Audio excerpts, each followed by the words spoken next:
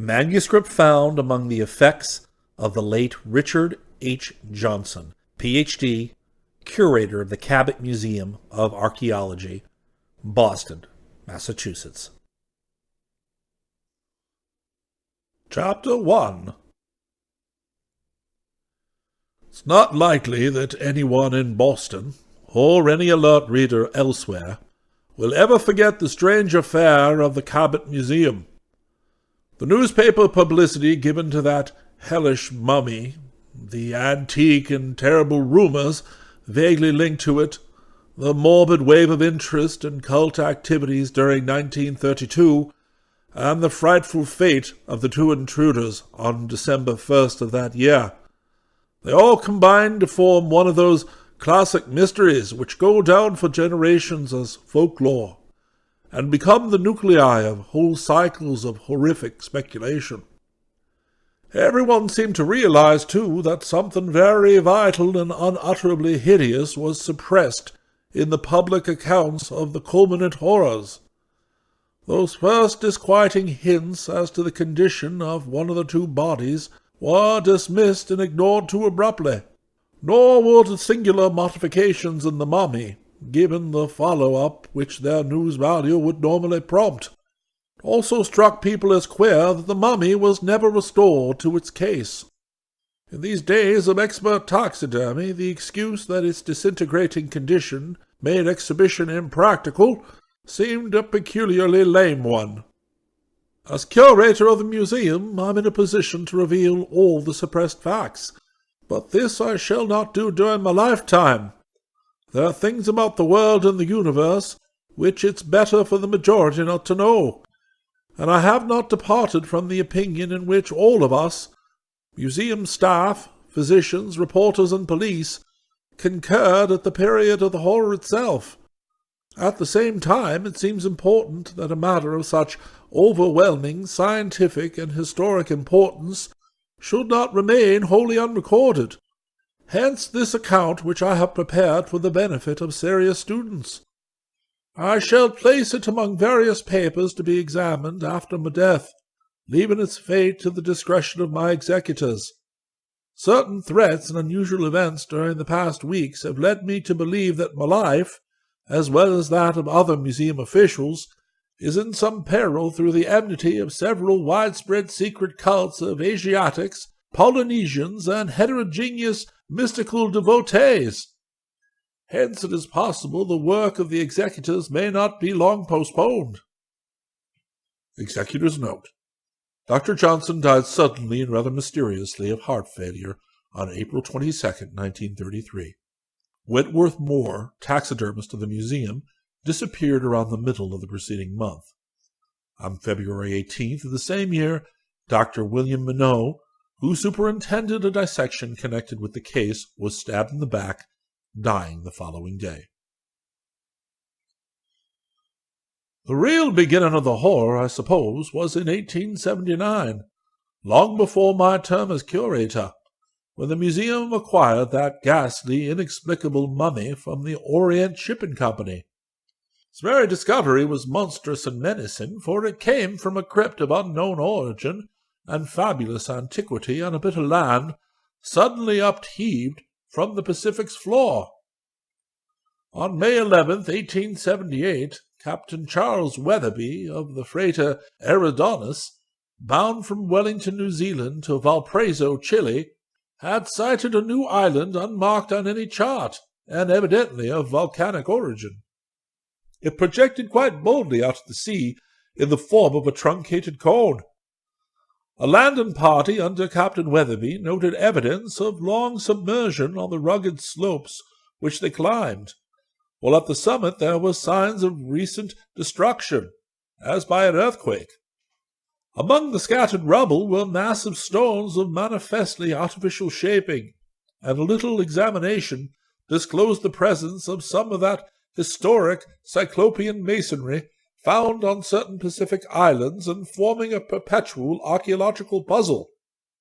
Finally, the sailors entered a massive stone crypt, judged to have been part of a much larger edifice and to have originally lain far underground, in one corner of which the frightful mummy crouched. After a short period of virtual panic, caused partly by certain carvings on the walls, the men were induced to move the mummy to the ship, though it was only with fear and loathing that they touched the thing. Close to the body, as if once thrust into its clothes, was a cylinder of unknown metal containing a roll of thin bluish-white membrane of equally unknown nature, inscribed with peculiar characters in a greyish, indeterminable pigment. In the centre of the vast stone floor was a suggestion of a trap-door, but the party lacked apparatus sufficiently powerful to move it. The Cabot Museum, then newly established, saw the meagre reports of the discovery and at once took steps to acquire the mummy and the cylinder. Curator Pickman made a personal trip to Valparaiso and outfitted a schooner to search for the crypt where the thing had been found, though he met with failure in this matter. At the recorded position of the island there was nothing but the sea's unbroken expanse that could be discerned, and the seekers realized that the same seismic forces that had suddenly thrust the island up had carried it down again to the watery darkness, where it lay rooted for untold eons. The secret of that immovable trap-door would never be solved.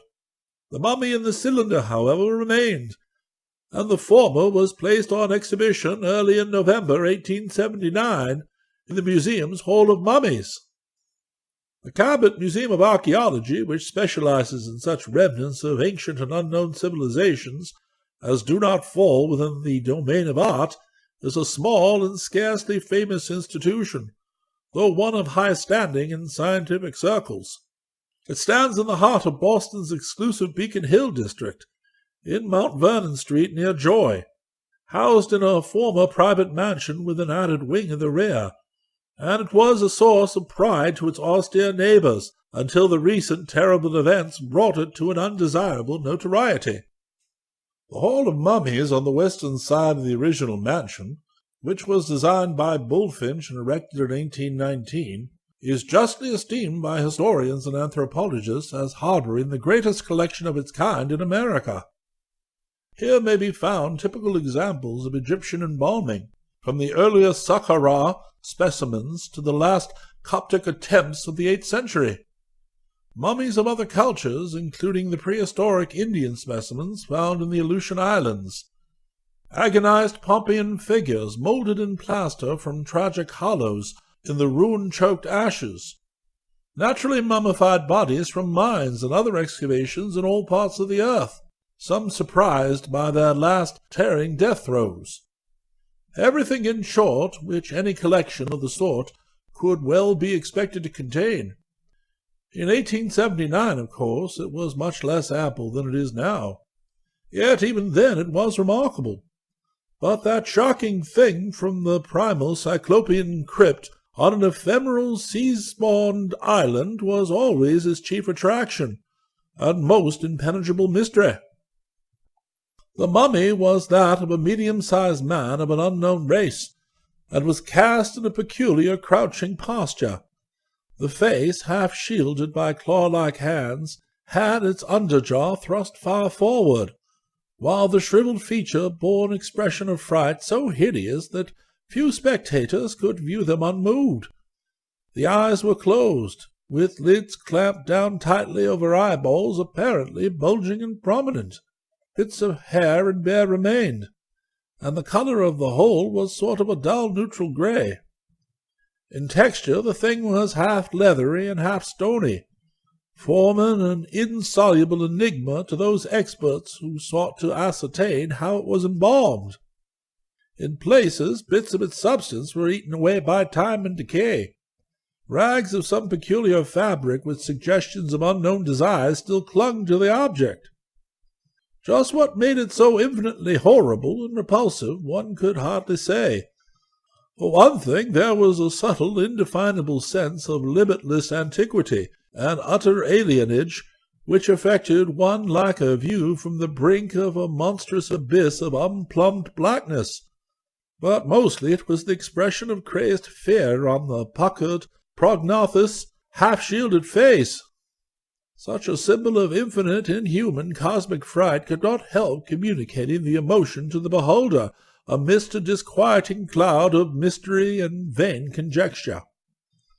Among the discriminating few who frequented the Cabot Museum, this relic of an elder forgotten world soon acquired an unholy fame, though the institution's seclusion and quiet policy prevented it from becoming a popular sensation of the Cardiff giant sort. In the last century, the art of vulgar ballyhoo had not invaded the field of scholarship to the extent it has now succeeded in doing.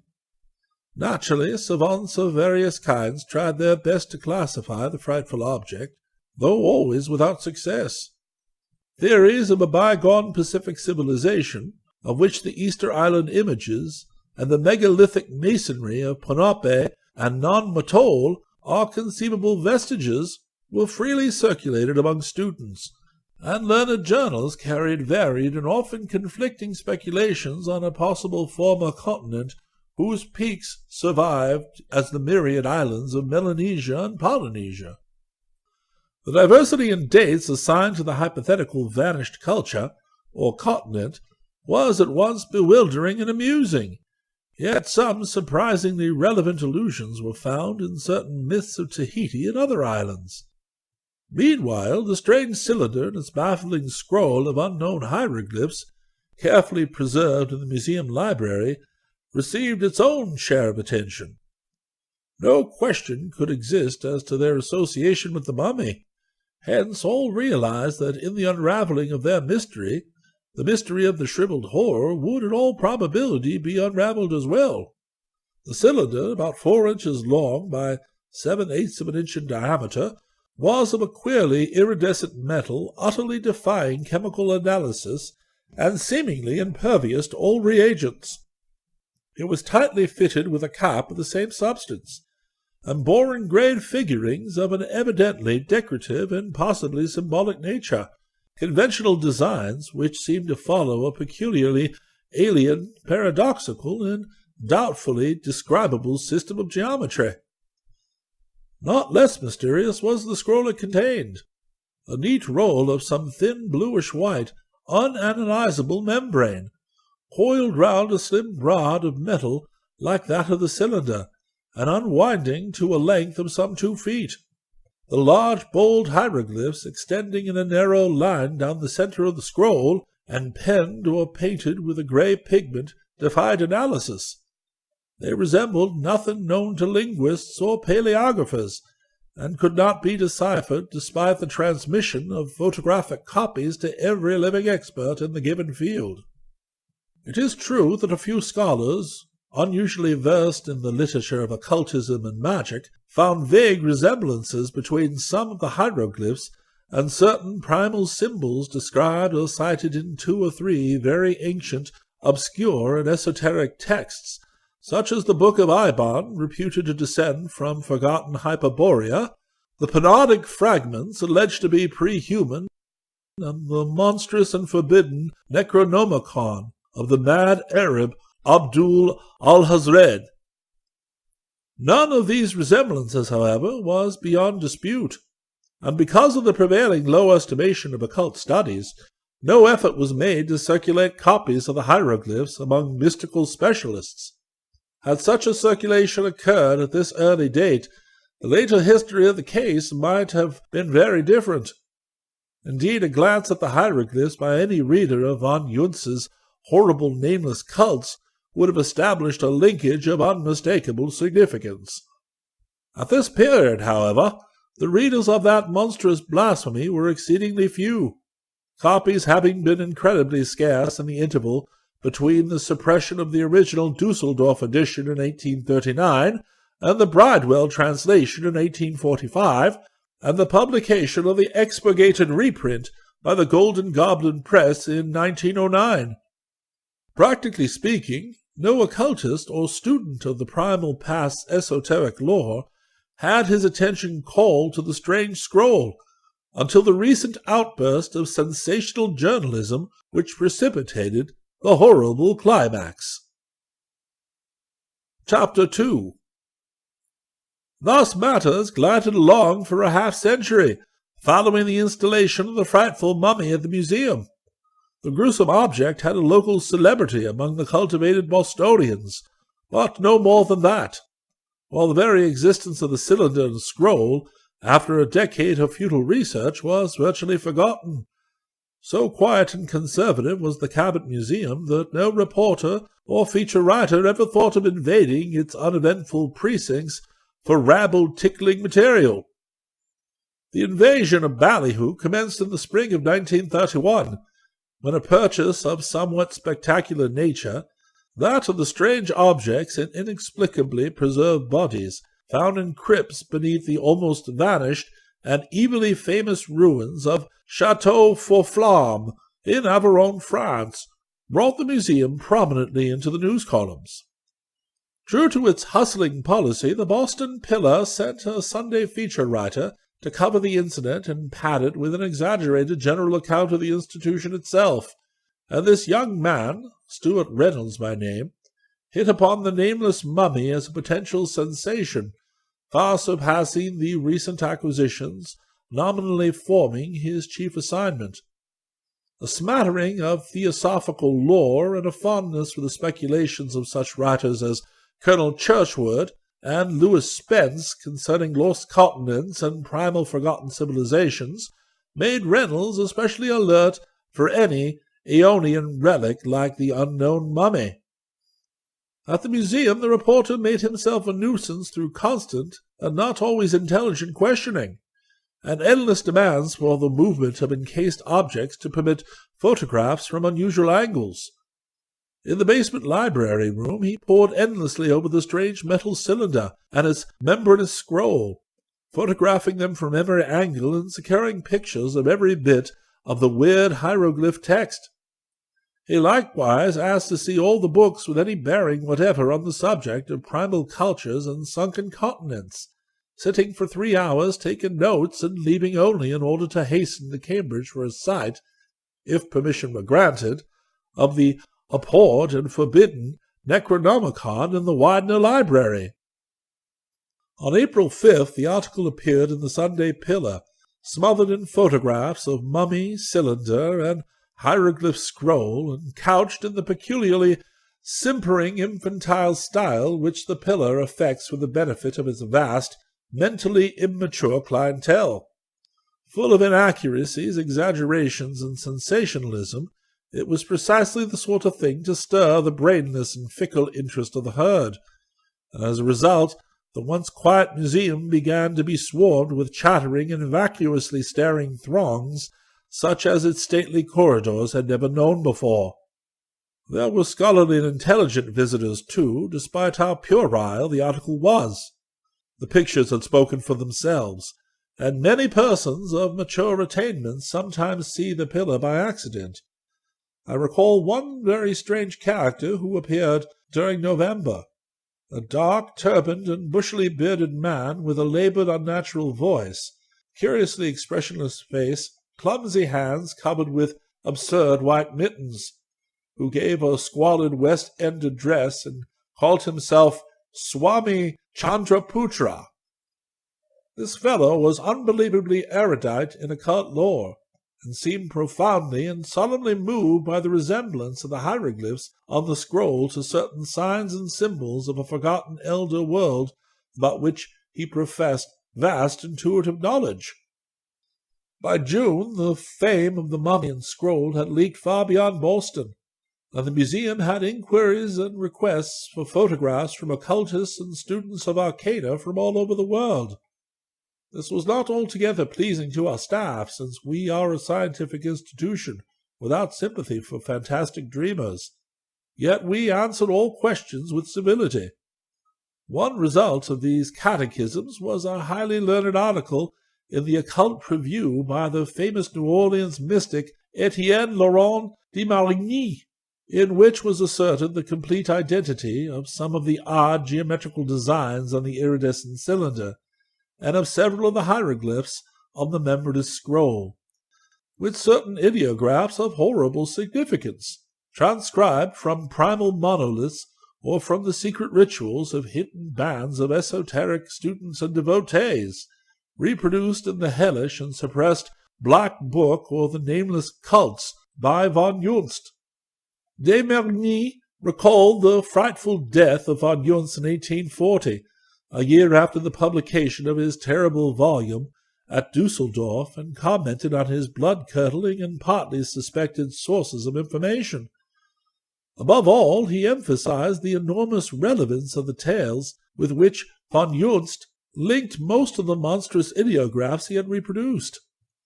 These tales, in which a cylinder and scroll were expressly mentioned, held a remarkable suggestion of a relationship to things at the museum no one could deny.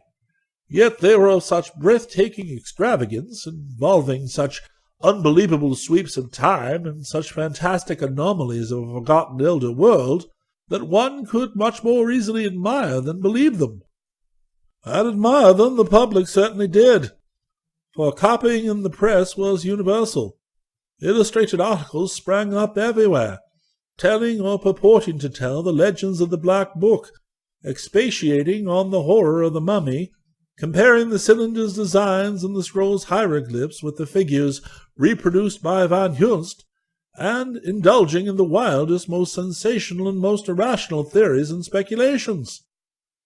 Attendance at the museum was tripled, and the widespread nature of the interest was attested by the plethora of mail on the subject, most of which was inane and superfluous. Apparently the mummy in its origin formed, for imaginative people, a close rival to the Depression as chief topic of 1931 and 32. For my own part, the principal effect of the furor was to make me read von Junst's monstrous volume in the Golden Goblin edition, a perusal that left me dizzy and nauseated, and yet at the same time thankful I had not seen the utter infamy of the unexpurgated text. Chapter 3. The archaic whispers reflected in the Black Book and linked with designs and symbols so closely akin to what the mysterious scroll and cylinder bore were indeed of a character to hold one spellbound, and not a little awestruck. Leaping an incredible gulf of time, behind all the civilizations, races, and lands we know, they clustered round a vanished nation and a vanished continent of the misty, fabulous dawn years, that to which legend has given the name of Mu, and which old tablets in the primal Nakhal tongue speak of as flourishing 200,000 years ago, when Europe harbored only hybrid entities, and lost Hyperborea knew the nameless worship of black amorphous Sathogua. There was mention of a kingdom of a province called Kana, in a very ancient land where the first human people had found monstrous ruins left by those who had dwelt there before, vague waves of unknown entities that had filtered down from the stars and lived out their aeons on a forgotten nascent world. Kana was a sacred place, since from its midst the bleak basalt cliffs of Mount Yadith Go soared starkly into the sky, topped by a gigantic fortress of cyclopean stone, infinitely older than mankind and built by the alien spawn of the dark planet Yugoth, which had colonized the earth before the birth of terrestrial life. The spawn of Yugoth had perished eons before, but had left behind them one monstrous and terrible living thing, which could never die, their hellish god or patron demon, Ghatanothoa, which lowered and brooded eternally, the one seen in the crypts beneath that fortress on Yadith Go. No human creature had ever climbed Yadith Go or seen that blasphemous fortress except as a distant and geometrically abnormal outline against the sky. Yet most agreed that Ghatanothoa was still there, wallowing and burrowing in unsuspected abysses beneath the megalithic walls. There are always those who believe that sacrifices must be made to Ghatanothoa, lest it crawl out of its hidden abysses and waddle horribly through the world of men, as it had once waddled through the primal world of the Yugoth spawn. People said that if no victims were offered, Ghatanothoa would ooze up to the light of day and lumber down the basalt cliffs of Yadith Go, bringing doom to all it might encounter. For no living thing could behold Ghatanothoa, or even a perfect graven image of Ghathanothoa, however small, without suffering a change more horrible than death itself.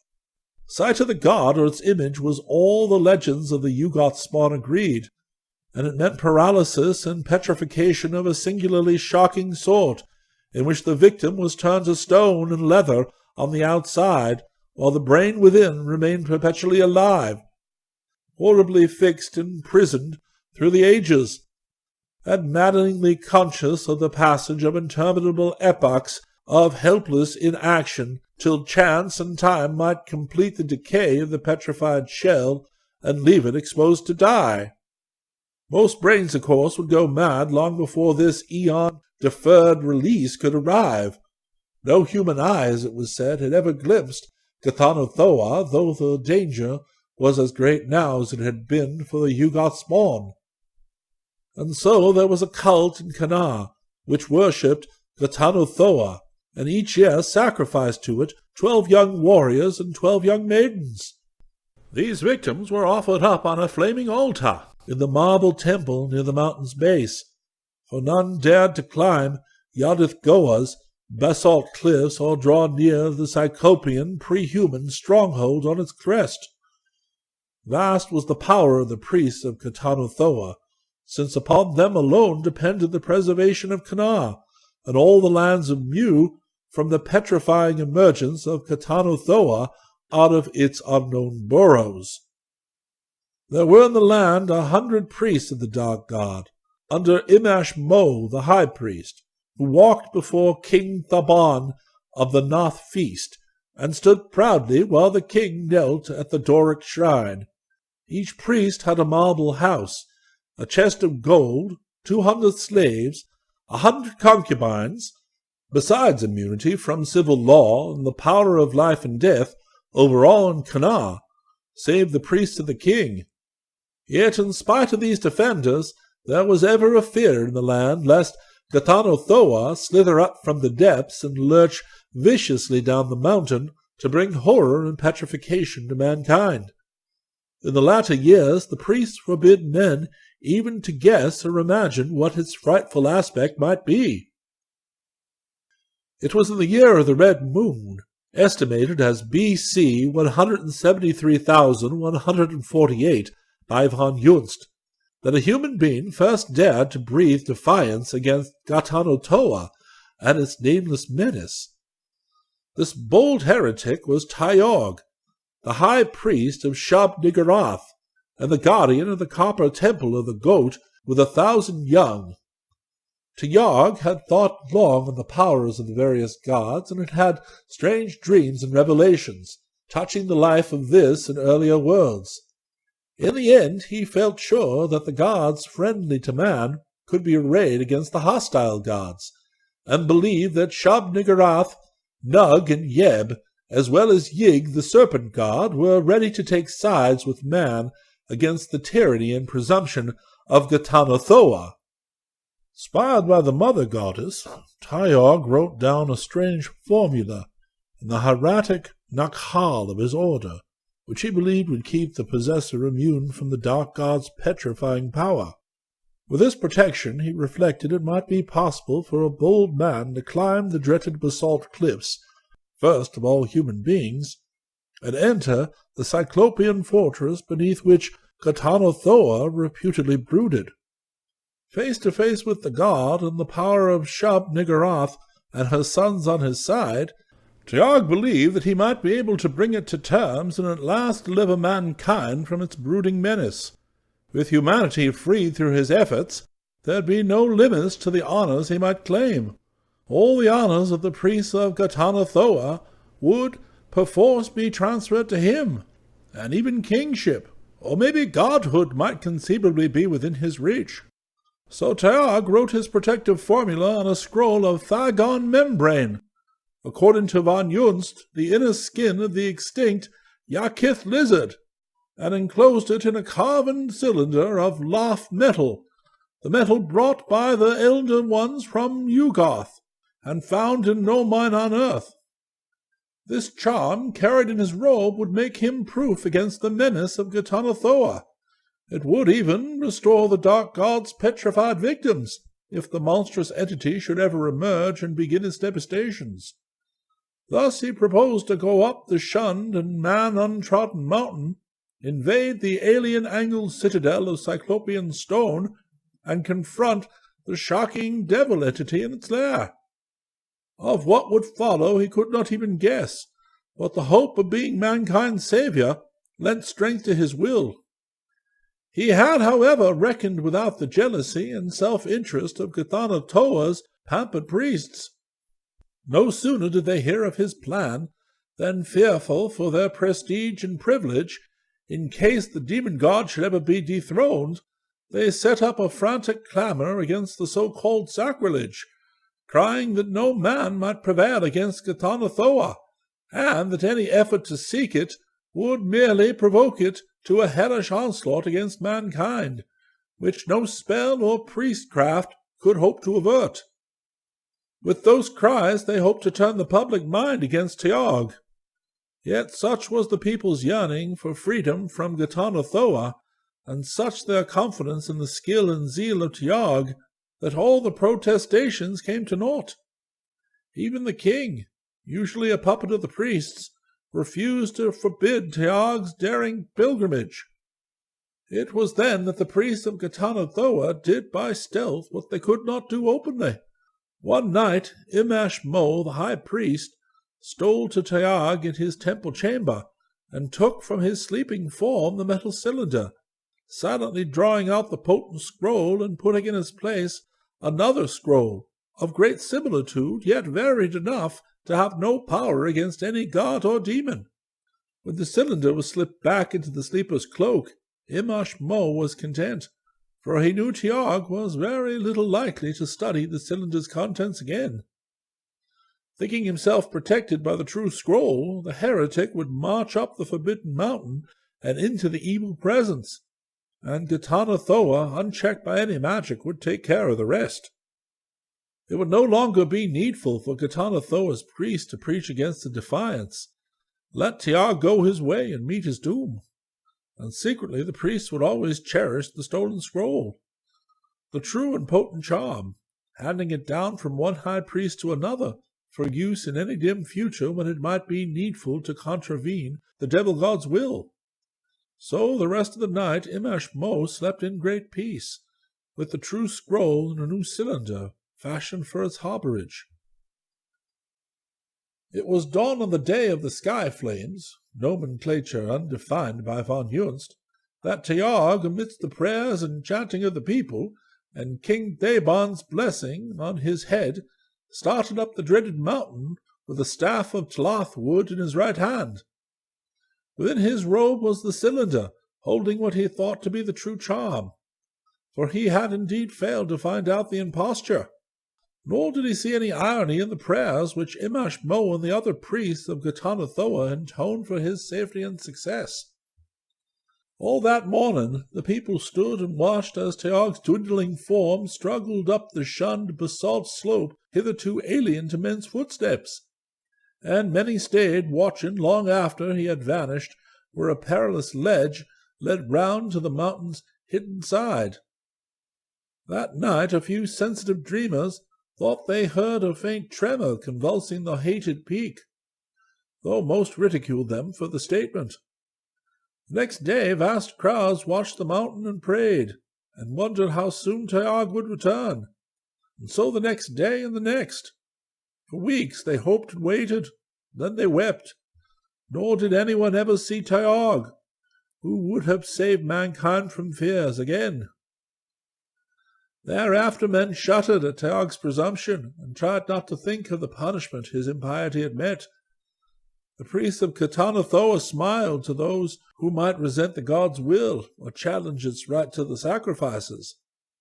In later years the ruse of Imash Mo became known to the people, yet the knowledge availed not to change the general feeling that Ghatanatoa was better left alone. None ever dared defy it again. And so the ages rolled on, and king succeeded king, and high priest succeeded high priest, and nations rose and decayed, and lands rose above the sea and returned into the sea, and many millennia decay fell upon Cana, till at last on a hideous day of storm and thunder, terrific rumbling and mountain-high waves, all the land of Mu sank into the sea forever. Yet down the later Aeons thin streams of ancient secrets trickled. In distant lands there met together grey-faced fugitives who had survived the sea-fiend's rage, and strange skies drank the smoke of altars reared to vanished gods and demons. Though none knew of what bottomless deep the sacred peak and cyclopean fortress of dreaded Githanatoa had sunk, there were still those who mumbled its name and offered to it nameless sacrifices, lest it bubble up through the leagues of ocean and shamble among men, spreading horror and petrification. Around the scattered priests grew the rudiments of a dark and secret cult, secret because the people of the new lands had other gods and devils, and thought only evil of elder and alien ones. And within that cult many hideous things were done, and many strange objects cherished.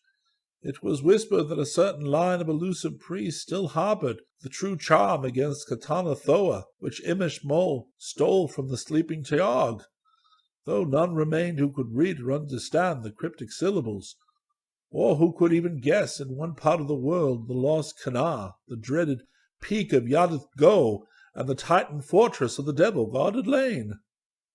Though it flourished chiefly in those Pacific regions around which Mu itself had once stretched, there were rumors of the hidden and detested cult of Githanatoa in ill-fated Atlantis, and on the abhorred plateau of Leng.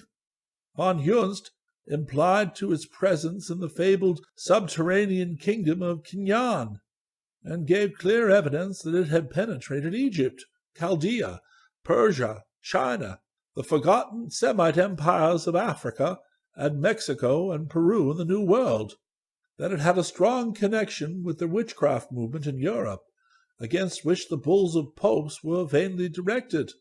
He more than hinted strongly. The West, however, was never favorable to its growth, and public indignation, aroused by glimpses of hideous rites and nameless sacrifices, wholly stamped out many of its branches. In the end it became a hunted, doubly furtive underground affair, yet never could its nucleus be quite exterminated.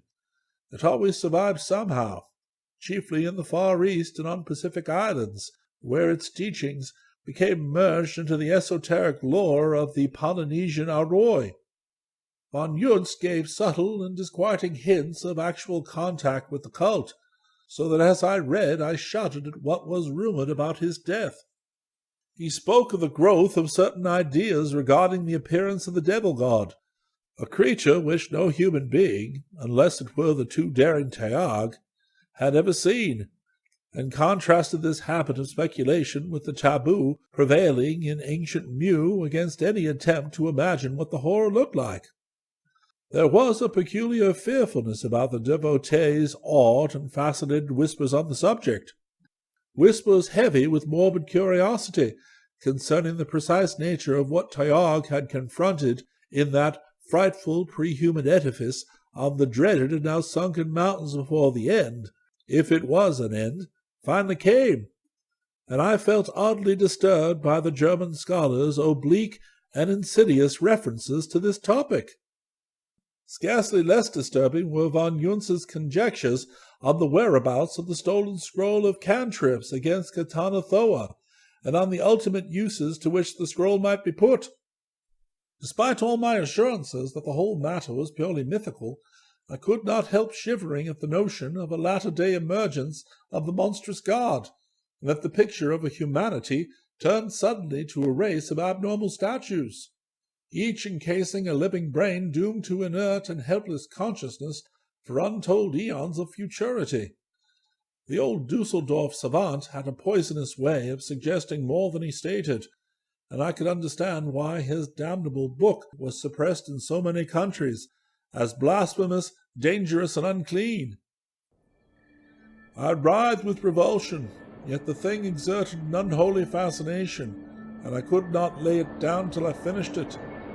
The alleged reproductions of design and ideographs from Mu were marvelously and startlingly like the markings on the strange cylinder and the characters on the scroll, and the whole account teemed with details having vague, irritating suggestions of resemblance to things connected with the hideous mummy. The cylinder and scroll, the Pacific setting, the persistent notion of old Captain Weatherby that the Cyclopean crypt where the mummy was kept had once lain under a vast building. Somehow I was vaguely glad that the volcanic island had sunk before that massive suggestion of a trapdoor could ever be opened.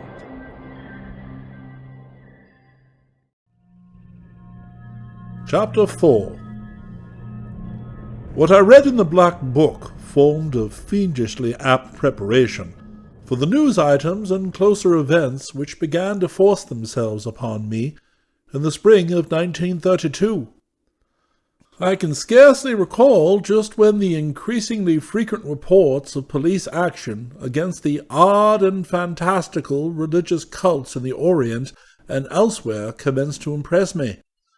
But by May or June I realized that there was, all over the world, a surprising and unwonted burst of activity on the part of bizarre, furtive, and esoteric mystical organizations ordinarily quiescent and seldom heard from.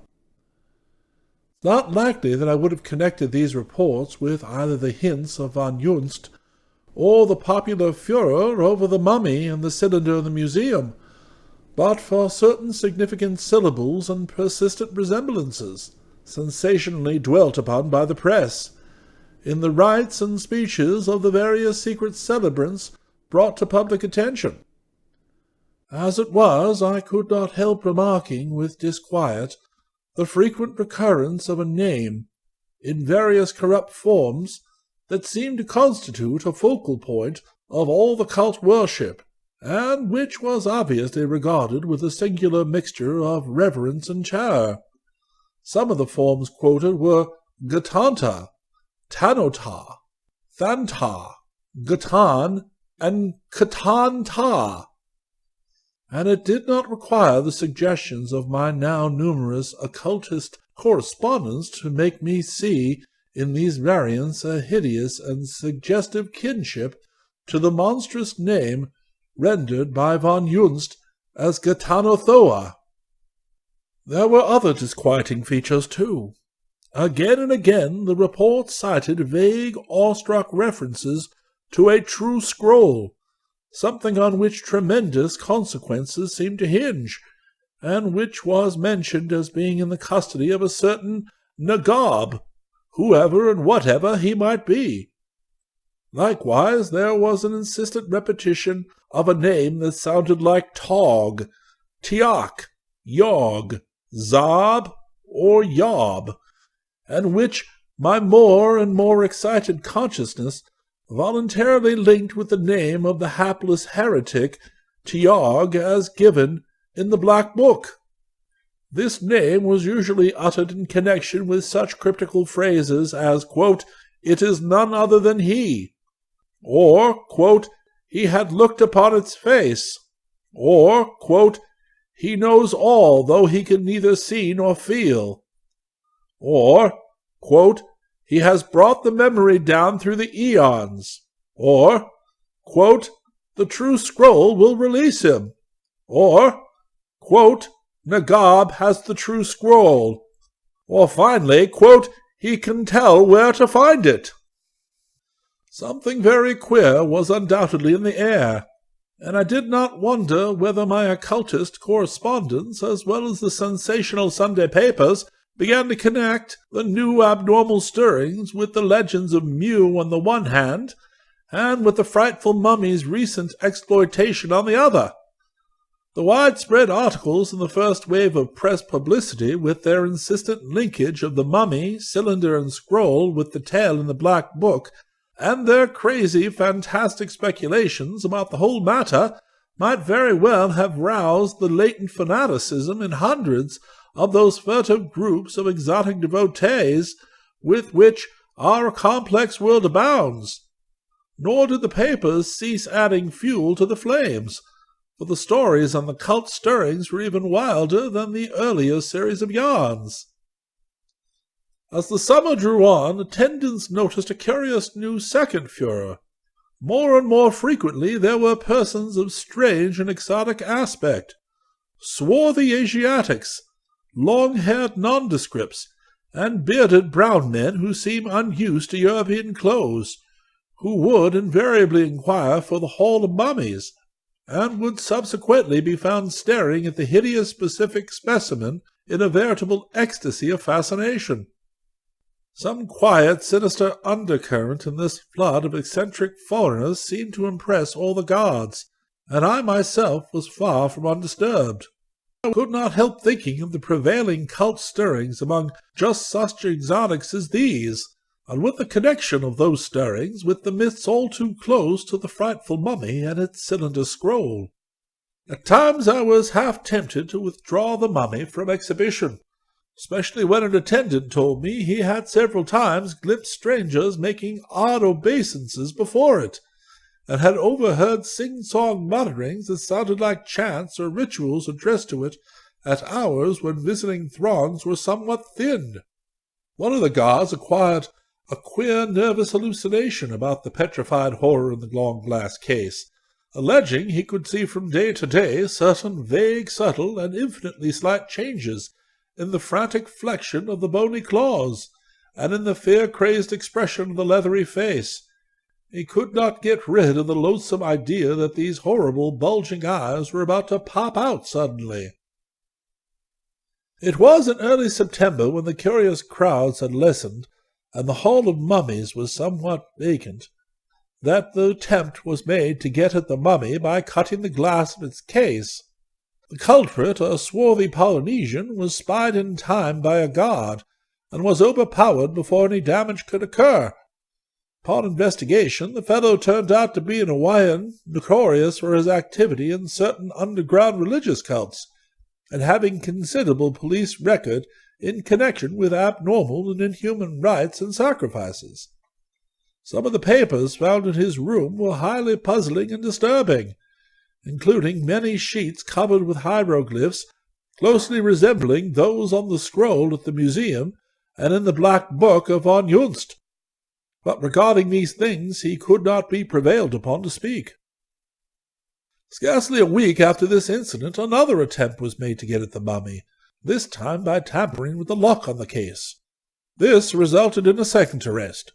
The offender, a Singalese, had as long and unsavory a record of loathsome cult activities as the Hawaiian had possessed, and displayed a kindred unwillingness to talk to the police.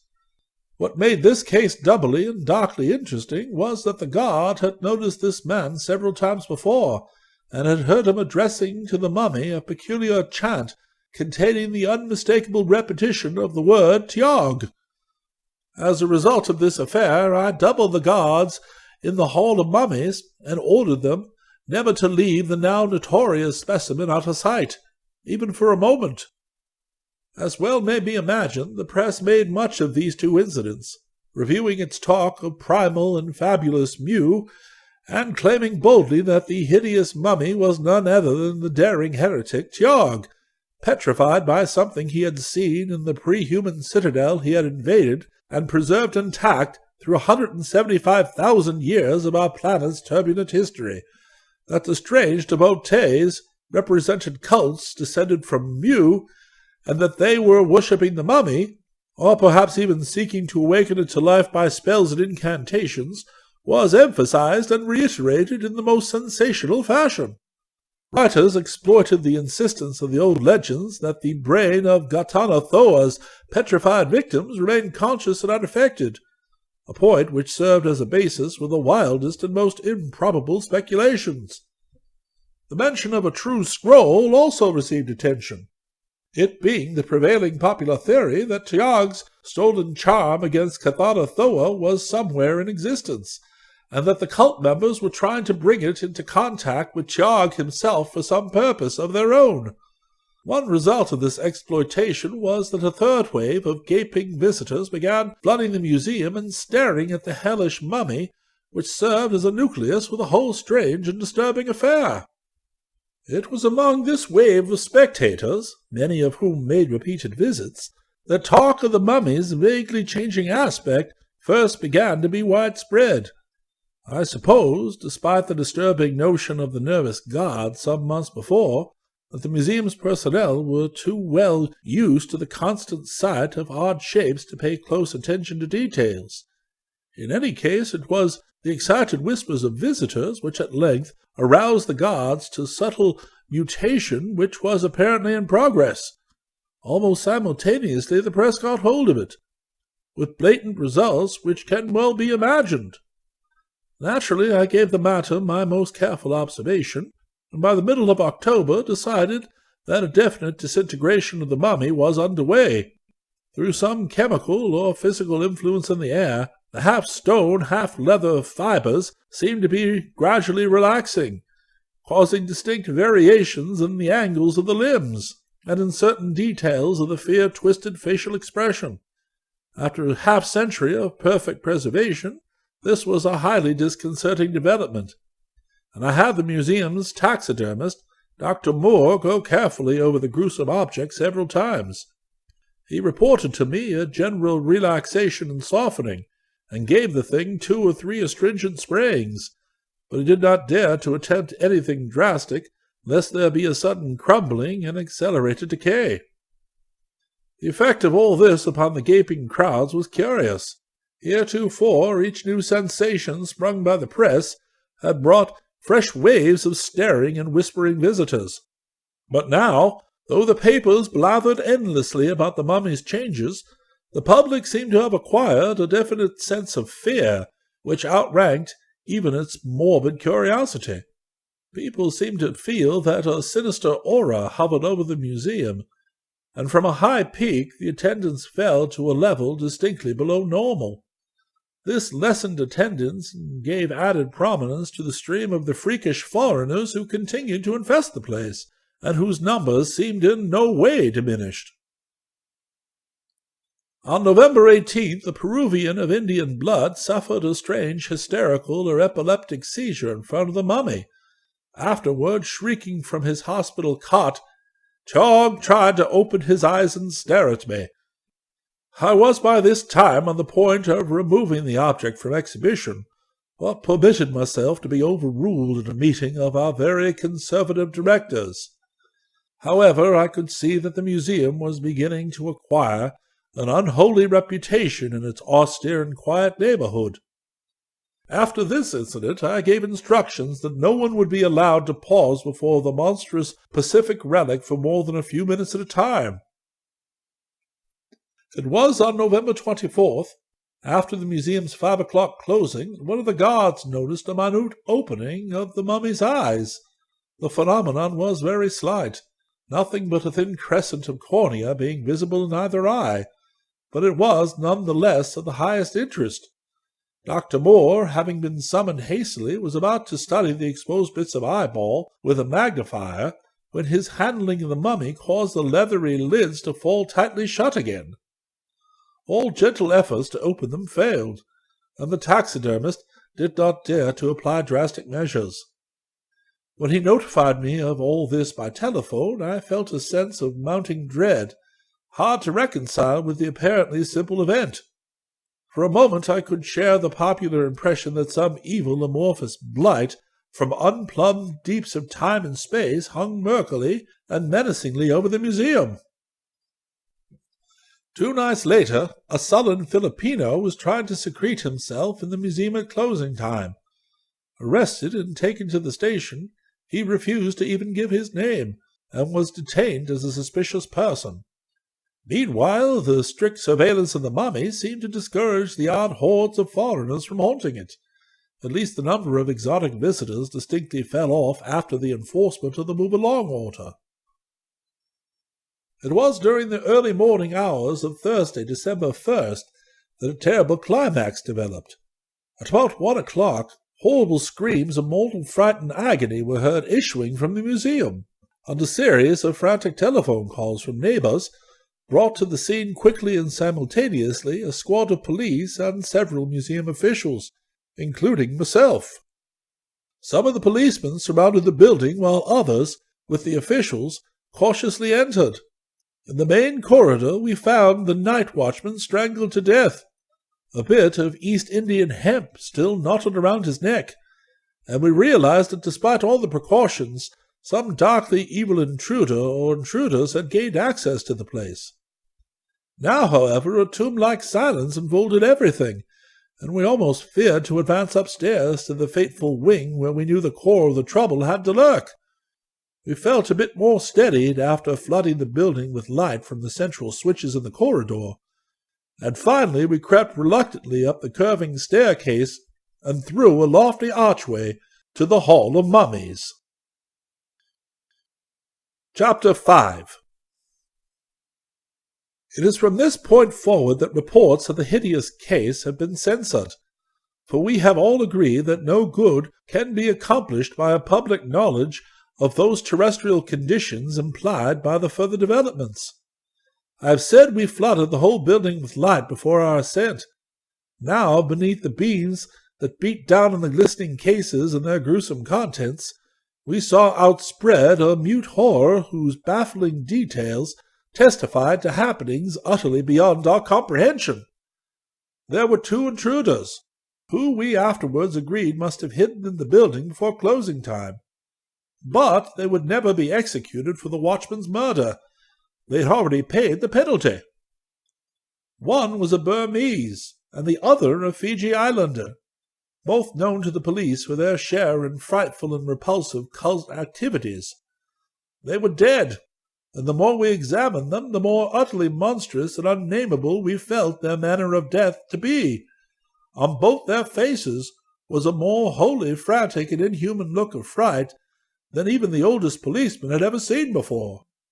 Yet in the state of the 2 bodies there were vast and significant differences. The Burmese lay and collapsed close to the nameless mummy's case, from which a square of glass had been neatly cut. In his right hand was a scroll of bluish membrane which I at once saw was covered with greyish hieroglyphs, almost a duplicate of the scroll in the strange cylinder in the library downstairs, though later study brought out subtle differences. There was no mark of violence on the body, and in view of the desperate, agonized expression on the twisted face, we could only conclude the man died of sheer fright. It was the closely adjacent Fijian, though, that gave us the profoundest shock. One of the policemen was the first to feel him, and the cry of fright he emitted added another shock to that neighborhood's night of terror. We ought to have known from the lethal greyness of the once black, fear-twisted face and of the bony hands, one of which still clutched an electric torch, that something was hideously wrong. Yet every one of us was unprepared for what that officer's hesitant touch disclosed. Even now I can think of it only with a paroxysm of dread and repulsion. To be brief, the hapless invader, who less than an hour before had been a sturdy living Melanesian bent on unknown evil, was now a rigid ash-grey figure of stony, leathery petrification, in every respect identical with the crouching, eon-old blasphemy in the violated glass case. Yet that was not the worst of it. Crowning all other horrors, and indeed seizing our shocked attention before we turned to the bodies on the floor, was the state of the frightful mummy. No longer could its changes be called vague and subtle, for now it had made radical shifts in posture. It had sagged and slumped with a curious loss of rigidity. Its bony claws had sunk until they no longer even partly covered its leathery, fear-crazed face. And God help us! Its hellish bulging eyes had popped wide open, and seemed to be staring directly at the 2 intruders who had died of fright, or worse. That ghastly dead fish stare was hideously mesmerizing, and it haunted us all the time we were examining the bodies of the invaders. Its effects on our nerves was damnably queer, for we somehow felt a curious rigidity creeping over us and hampering our simplest actions. A rigidity which later vanished very oddly when we passed the hieroglyph scroll around for inspection.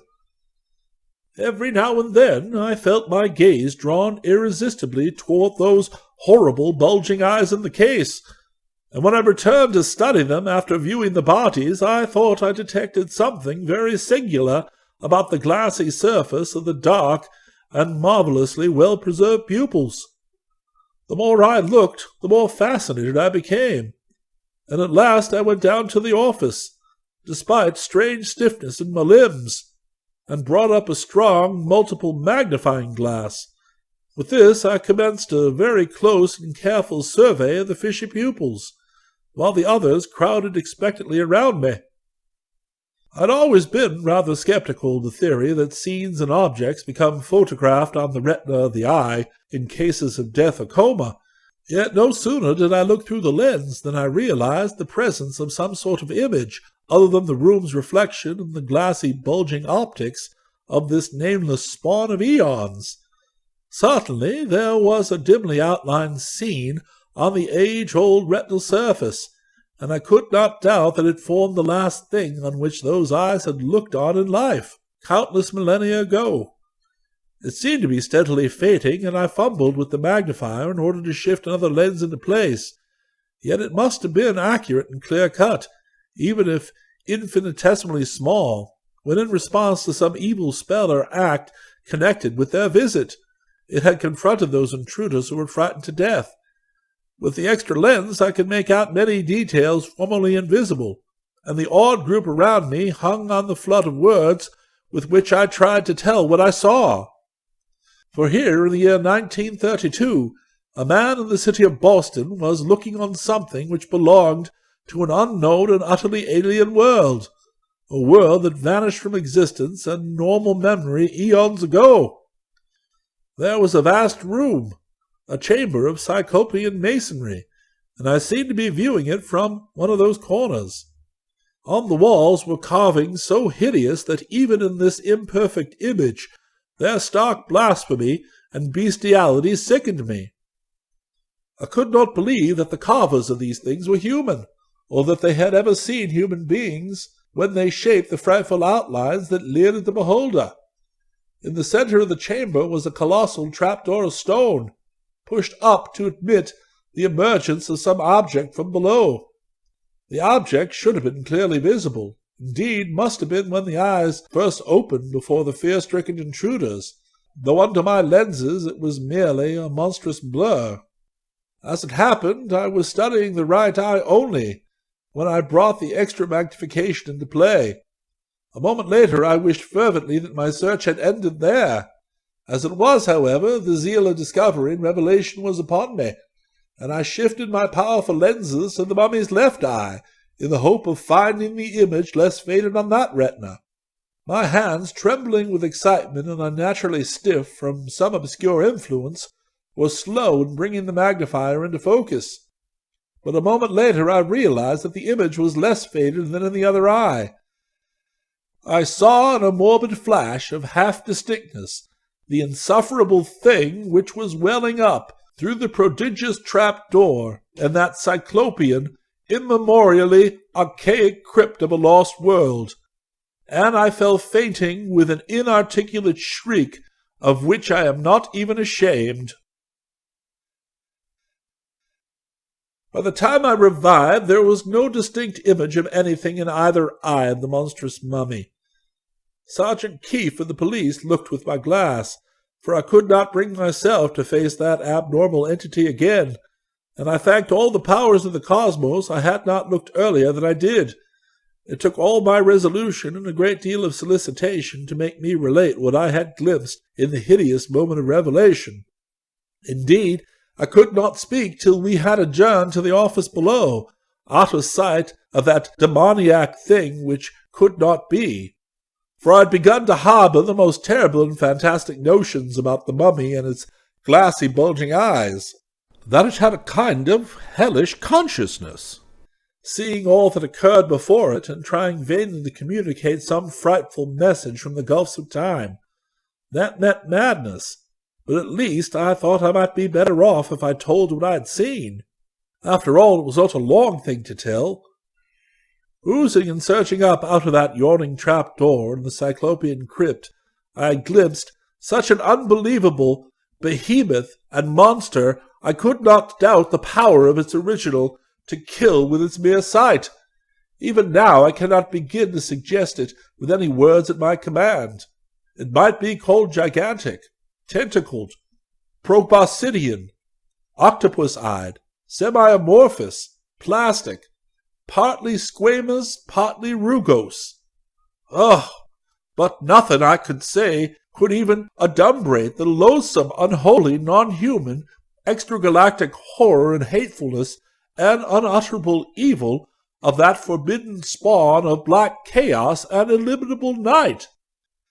As I write these words, the associated mental image causes me to lean back, faint and nauseated.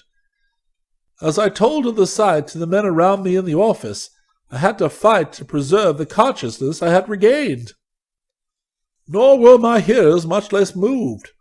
Not a man spoke above a whisper for a full quarter hour, and there were odd, half-furtive references to the frightful lore of the Black Book, to the recent newspaper tales of cult stirrings, and to the sinister events in the museum. Katana Thoa, even its smallest, imperfect image, could petrify. Tiag, the false scroll. He never came back. The true scroll, which could fully or partly undo the petrification. Did it survive? The hellish cults, the phrases overheard. It's none other than he. He had looked upon its face. He knows all, though he can neither see nor feel. He had brought the memory down through the Aeons. The true scroll will release him. Nagab has the true scroll. He can tell where to find it.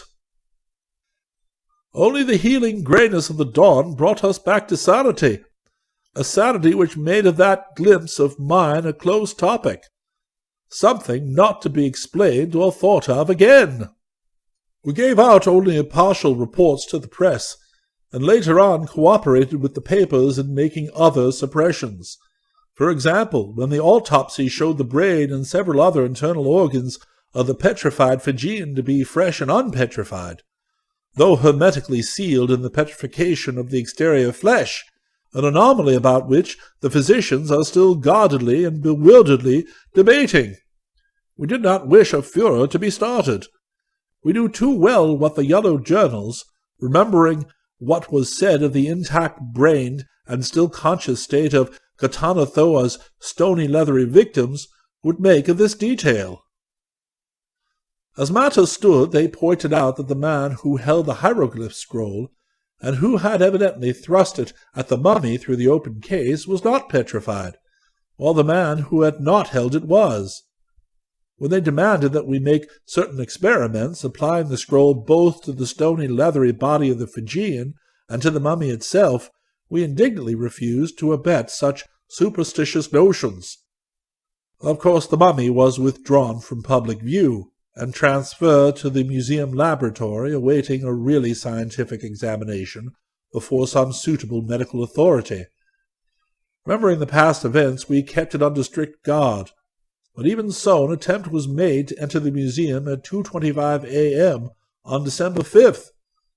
Prompt working of the burglar alarm frustrated the design, though unfortunately the criminal or criminals escaped.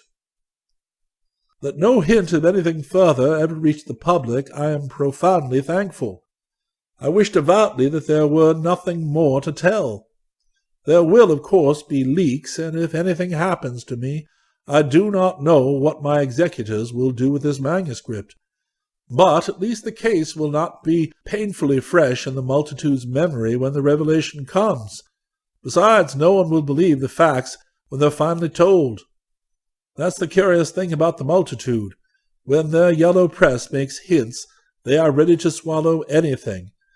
But when a stupendous and abnormal revelation is actually made, they laugh it aside as a lie. For the sake of general sanity, it is probably better so. I have said that a scientific examination of the frightful mummy was planned. This took place on December 8th, exactly a week after the hideous culmination of events, and was conducted by the eminent Dr. Monod, in conjunction with Wentworth Moore, taxidermist for the museum. Dr. Minot had witnessed the autopsy of the oddly petrified Fijian the week before. There was also present Messrs. Lawrence Cabot and Dudley Saltonstall, of the museum trustees, Doctors Mason, Wells, and Carver of the museum staff, 2 representatives of the press, and myself. During the week, the condition of the hideous specimen had not visibly changed, though some relaxation of its fibers caused the position of the glassy opened eyes to shift slightly from time to time. All of the staff dreaded to look at the thing, for its suggestion of quiet, conscious watching had become intolerable, and it was only with an effort I could bring myself to attend the examination. Dr. Minot arrived shortly after 1 p.m., and within a few minutes began his survey of the mummy. Considerable disintegration took place under his hands, and in view of this, and of what we told him concerning the gradual relaxation of the specimen since the 1st of October, he decided that a thorough dissection ought to be made before the substance was further impaired. The proper instruments being present in the laboratory equipment, he began at once, exclaiming aloud at the odd fibrous nature of the grey mummified substance. But his exclamation was still louder when he made the first deep incision, for out of that cut there slowly trickled a thick crimson stream whose nature, despite the infinite ages dividing the hellish mummy's lifetime from the present, was utterly unmistakable. A few more deft strokes revealed various organs in astonishing degrees of non-petrified preservation, all indeed being intact except where injuries of the petrified exterior had brought about malformation or destruction. The resemblance of this condition to that found of the fright-killed Fijian islander was so strong that the eminent physician gasped in bewilderment.